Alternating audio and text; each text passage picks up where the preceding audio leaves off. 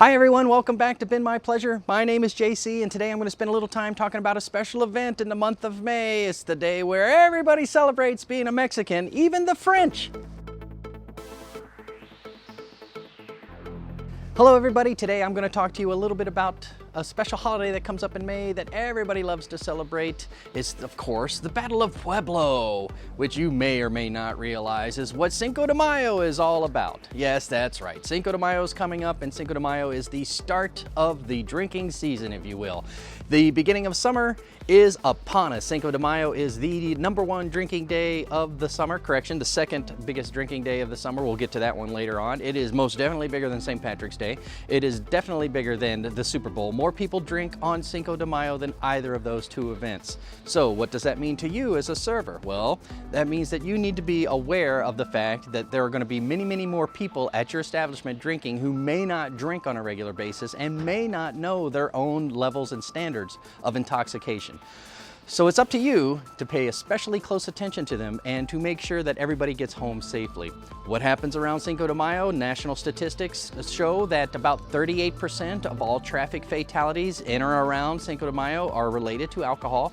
So we want to make sure that our guests get a ride home. If you don't have a designated driver program in place or you don't have a cabbie service in place, then it behooves you to ensure that you adhere to your responsible service of alcohol standards to the T. You might not want to give somebody 5 shots of tequila, almost certainly. So you want to identify who your designated drivers are going to be, right?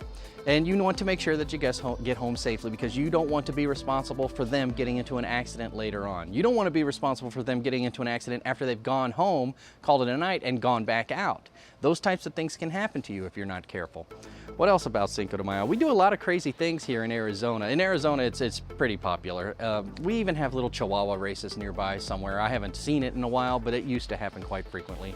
What else can I tell you about that?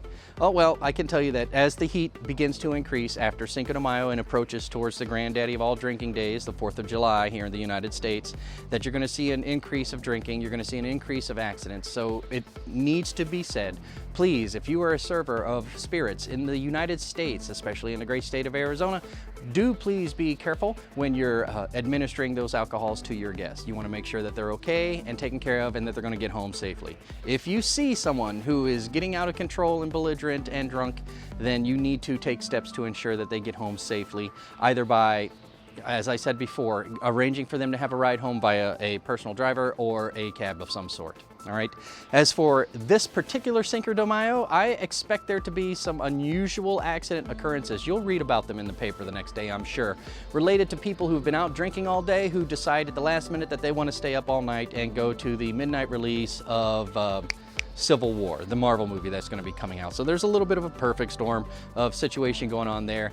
Don't be surprised if that happens. But if you're giving somebody alcohol late in the evening, and let's face it, when it comes to Cinco de Mayo here in the United States, it's usually a day drinking festivity. You're talking about maybe as early as 10 o'clock in the morning, but it's usually afternoon drinking and everybody tries to settle down before it actually gets too late. But in other parts of the nation, who's to say?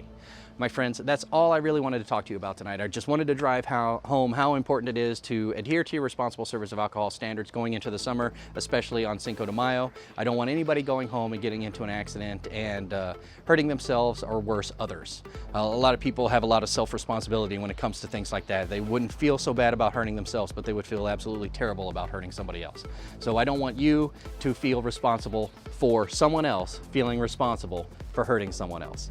Please adhere to your responsible service of alcohol standards and enjoy the festivities as best you can, all right? I don't want to be a killjoy. I'm just letting you know that there's a lot of people out there who don't know how to drink. All right? It's just that simple. Thank you very much for watching, my friends. If you'd like to see more content like this, by all means, subscribe to this channel by clicking on my pixelated face, and you'll be in the queue to see even more when I release more content. If you don't like what I have to say, give me a thumbs down, and by all means, leave a comment below and letting me know what you think I did wrong, or tell me what you think is more important than making sure people are safe on Cinco de Mayo. I don't mind either. However, until next time, my name is JC. It has been my pleasure.